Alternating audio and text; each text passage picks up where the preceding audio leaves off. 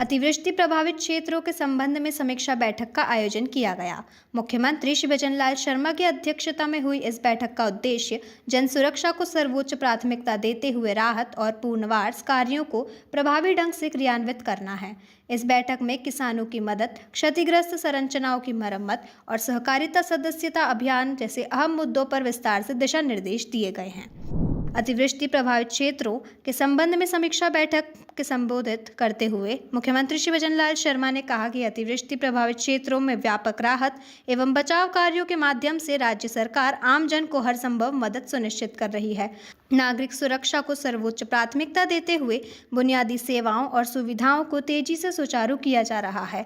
उन्होंने अतिवृष्टि प्रभावित क्षेत्रों में सड़कों, नहरों, एनीकट तथा भवनों के मरम्मत के प्रस्तावों को 3 दिन में स्वीकृत करने के विशेष रूप से निर्देश दिए। साथ ही इन स्वीकृत प्रस्तावों का कार्य 23 सितंबर तक प्रारंभ करने और क्षतिग्रस्त पक्के और कच्चे मकान की रिपोर्ट 2 दिन में प्राप्त कर तत्काल स्वीकृत जारी करने के लिए भी निर्देशित किया।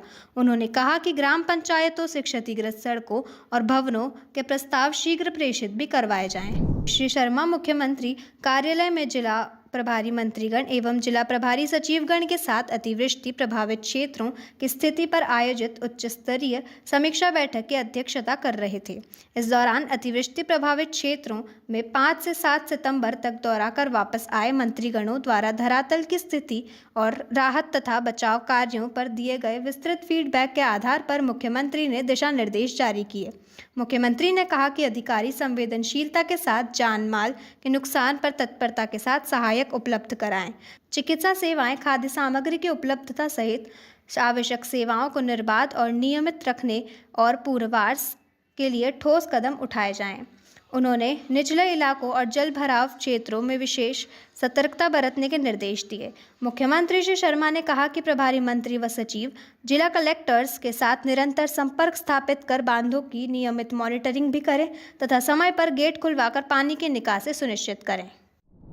आज यशस्वी मुख्यमंत्री आदरणीय भजनलाल जी ने हमारे जितने भी प्रभारी सचिव, प्रभारी मंत्री अपने अपने जिलों में गए और उसकी वहाँ की विस्तृत रिपोर्ट स्वयं ने फील्ड में घूम करके जो देखी, अतिवृष्टि, मानव क्षति, पशु क्षति और रोड के नेटवर्क की क्षति, गांव में पानी के भराव, खेतों में पानी के भराव और एक एक जिले की सबकी विस्तृत रिपोर्ट लेकर के उसका आंकलन किया है और आने वाले समय में स्पष्ट निर्देश दिए हैं कि जिन जिन की रिपोर्टें आ गई है उसी अनुसार आपदा मंत्री जी और आपदा विभाग अपनी स्वीकृति तुरंत जारी करे जो उनको सहायता मिलनी।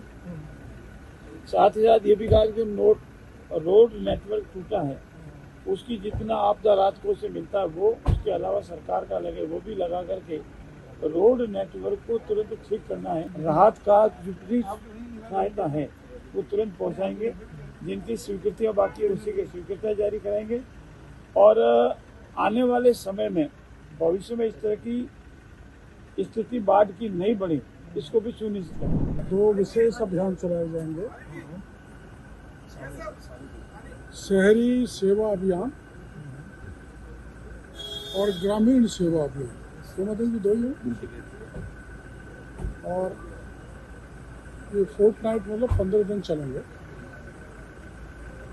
उसकी रणनीति रूपरेखा तैयार हुई है और एक जितना भी नुकसान राज्य में हुआ है ये अतिवृष्टि के कारण, बाढ़ के कारण, जहाँ सारे मंत्री और प्रभारी सचिव गए थे उन्होंने रिपोर्टिंग की और मुख्यमंत्री जी द्वारा ये कहा गया है कि जल्दी से जल्दी अर्लीस्ट पॉसिबल समय में वो सैंक्शन निकल जानी चाहिए। हमारा आपदा प्रबंधन विभाग अब तक 182 करोड़ रुपए की सहायता स्वीकृत कर चुका है और ये सहायता आज की समीक्षा के बाद ऐसा लगता है कि 1500 करोड़ तक की राज्य में हमको वितरित करनी पड़ेगी। तो चाहे वो सरकारी संपत्तियों का नुकसान हो, चाहे निजी संपत्ति का हो, चाहे फसल का खराबा हो, चाहे जन धन हानि हो, सबके जो मापदंड तय हैं SDRF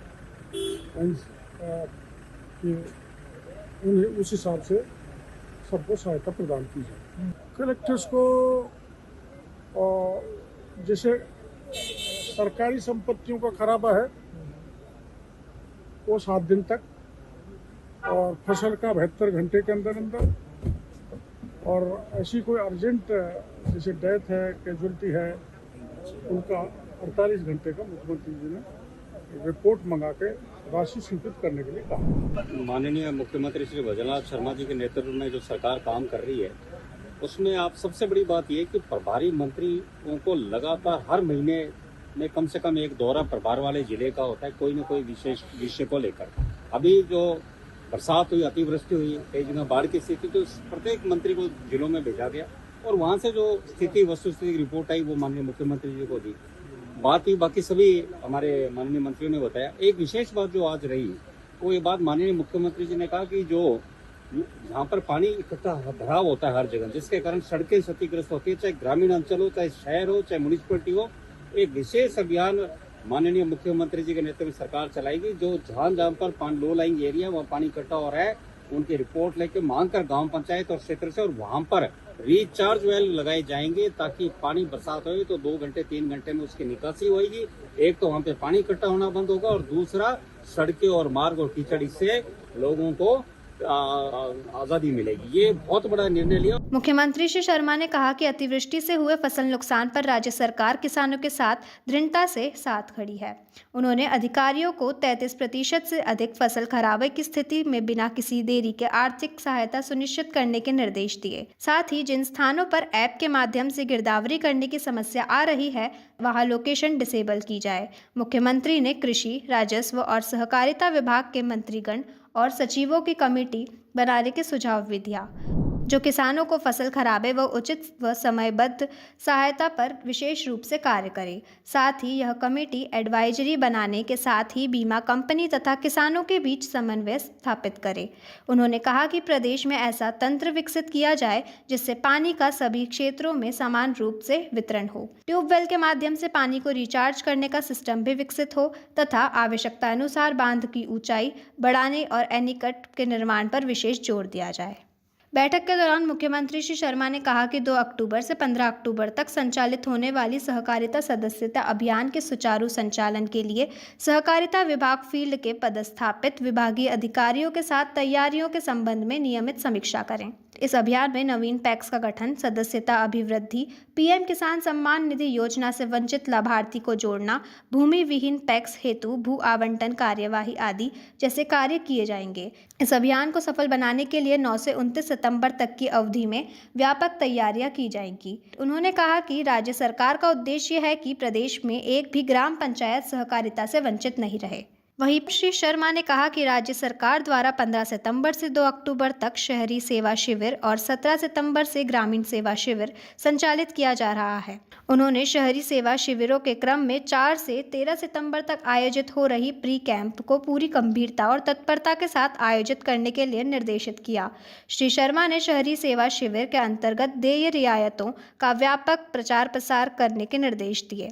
श्री शर्मा ने आगामी खेलो इंडिया यूनिवर्सिटी गेम्स 2025 की तैयारियों एवं आयोजन के संबंध में विशेष कार्य योजना बनाने के लिए निर्देशित किया। उन्होंने कहा कि ये खेल 7 संभागीय जिला मुख्यालय पर आयोजित किए जाएंगे। बैठक में उप मुख्यमंत्री श्रीमती दिया कुमारी, डॉक्टर प्रेमचंद बैरवा, मंत्री परिषद के सदस्य, प्रभारी सचिव और संबंधित विभागों के उच्च अधिकारी मौजूद रहे।